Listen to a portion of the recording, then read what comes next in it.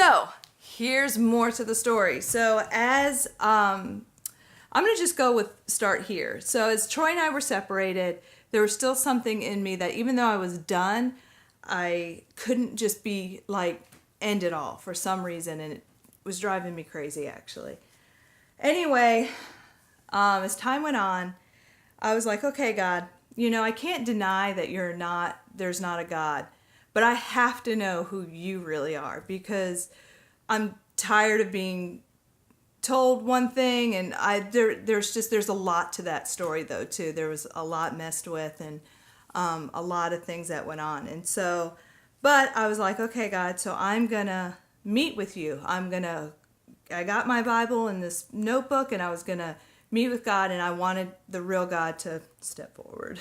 Anyway, so I did, and at first I was like, this is wow, this is pretty crazy mess. And it's funny because I read the Bible all my life, but I kept doing it, and I was super honest with God, and I just would write things or pray things or say things, and I'm going to be honest, I had a lot of good conversations with God on my porch with a cigarette, because those times were hard. But God met me. He did. He met me there.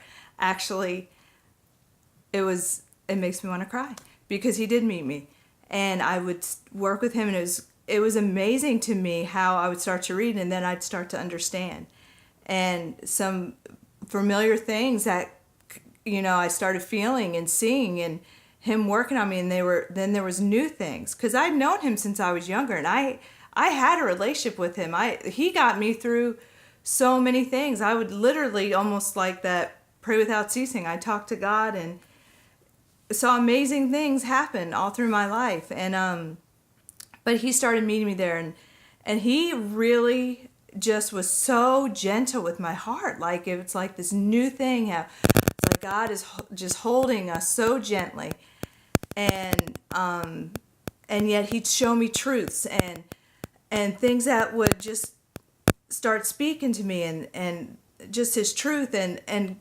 good things, and all. It's just healing. Anyway, I struggle. Words are hard for me.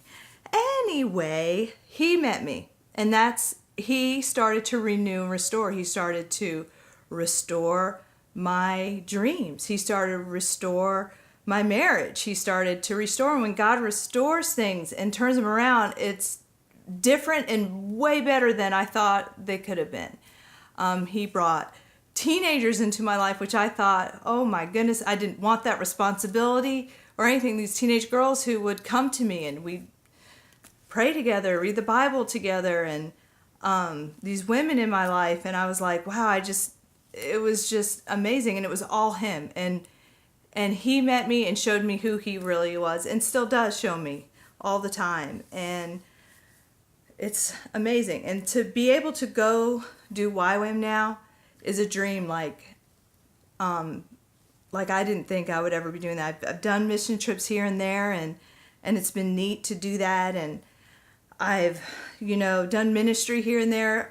Part of my story is that a lot of things in my life were sabotaged, and I just was like, you know what, I'm done with it. So it's just not going to ever work out. And but God did a lot of healing and a lot of changing in me and in Troy, and through the whole time just had his hand on our kids, and there was just so much more. That's why I couldn't let go during that time. And so when we brought Rain to YWAM, and he was like, just like breathe, I can't explain what happened. Like this can be happening for you guys, and you. And so I babbled all that to say that you can be the hottest of messes, and you can be hurt, you can be lonely, you could be the one who did the hurting, you could so many things. And I'm actually grateful for the journey God brought me on, because it's given me compassion for people. It's allowed me to see deeper and think deeper and feel deeper. Not perfectly, for sure.